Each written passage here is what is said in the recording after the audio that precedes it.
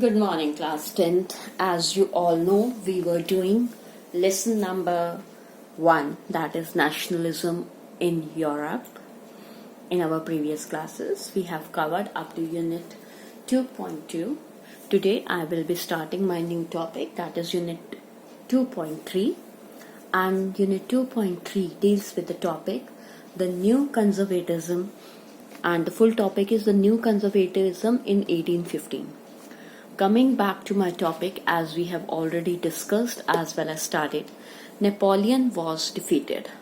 हमने किया, Napoleon came to power, he brought civil code, he was on a mission to conquer whole of the Europe and setting up his own people in the different areas of Europe, but he was defeated in the Battle of Waterloo in 1815. We have done so far. Napoleon defeat associates or underlines one thing. He had brought the civil code, which obviously modernized, which obviously favored the modernization of the bureaucracy as well as made the administration more efficient.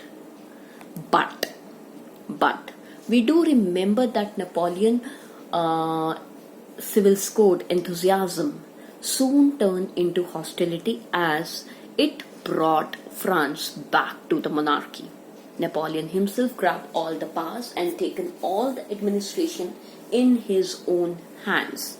Anyway, we are not discussing here about Napoleon. We are studying about the new conservatism, in which we have studied so far that after the defeat of Napoleon in 1815, European governments, all the different principalities, all the duchies, all the cantons, all the small provinces or the regions of Europe adapted, supported the spirit of conservatism.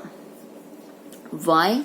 इसी के साथ अब यहाँ पर आता है, because this conservatism is based on the realization that you can build a strong empire which is based on monarchy, but you have to adapt certain modernizations.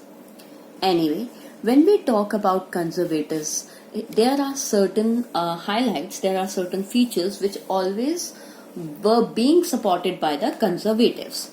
Number one was that conservatives always believe in traditional institutions.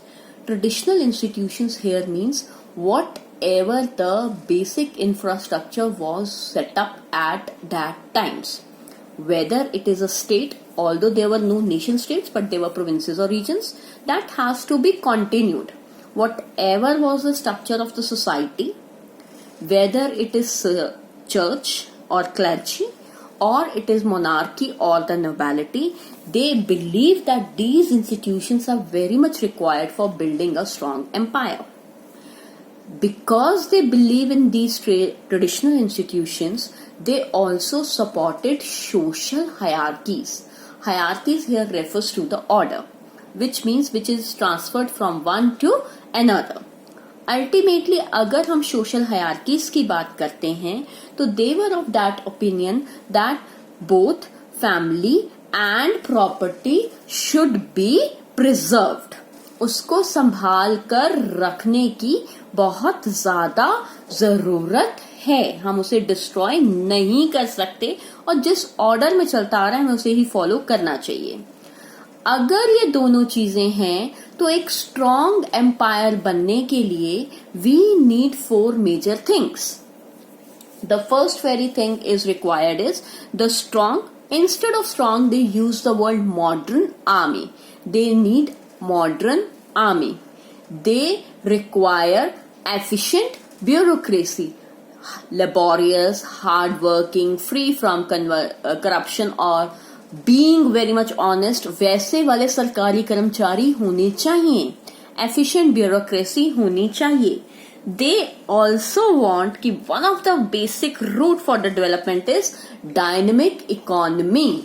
बहुत strong आपके पास economic structure होना चाहिए. अगर आपकी masses problem में हैं, they are not satisfied with their lives, so ultimately there are more chances of revolt. So dynamic economy should be established. And they also do remember they believe in traditional institutions, but they were not in support of feudalism. वो जमींदारी system या जो पुराने aristocrats वगैरह power रखते थे वो नहीं चाहते थे. Instead they want that this feudal system, this aristocracy should be abandon and monarchy should take into power. उसी को ही सारी पावर मिलनी चाहिए. Besides this, when we talk about conservative regimes, one thing we always have to remember that they came up in 1815, and as they believe in social hierarchical order as well as they want that traditional institutions to be set up. So here one thing to be remembered is that from the very beginning they want that autocratic control. Autocratic here means one single person का जब control होता है. Autocratic control should be followed. That should be adapted. For this, they don't want to listen any type of criticism from any persona or personality. जो ये कर रहे हैं ये ठीक कर रहे हैं. इन्हें किसी भी तरीके से कोई भी बात कहीं पर भी नहीं सुननी थी.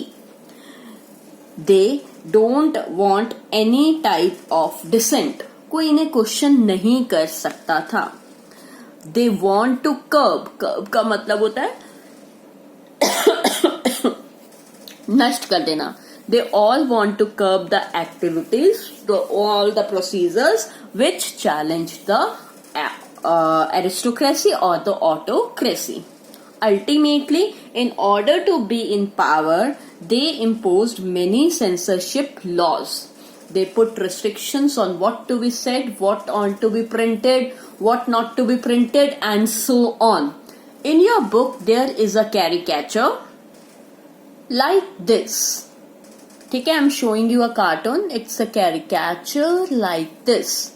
Fine, you can see the noble, the clergy or the senior person sitting, who basically wear the good clothes. They are on the table, they are discussing few things, but on the other hand side basically इन सबके face के ऊपर mask वगैरह लगे हुए हैं. ये किसी भी तरीके का कोई क्रिटिसिज्म जो है वो फॉलो नहीं करना चाहते थे. अगर हम ये बात कर लेते हैं तो इसी के साथ बेटे हम कहते हैं कि फिर नेपोलियन अगर हार गया तो 1815 के बाद क्या हुआ. जब हम इसकी बात करते हैं तो हम करते हैं 1850 के बाद नेपोलियन ने क्या किया, उसके लिए एक वियना कांग्रेस सेटल हुई. हम वियना कांग्रेस के बारे में अब पढ़ेंगे. ठीक है.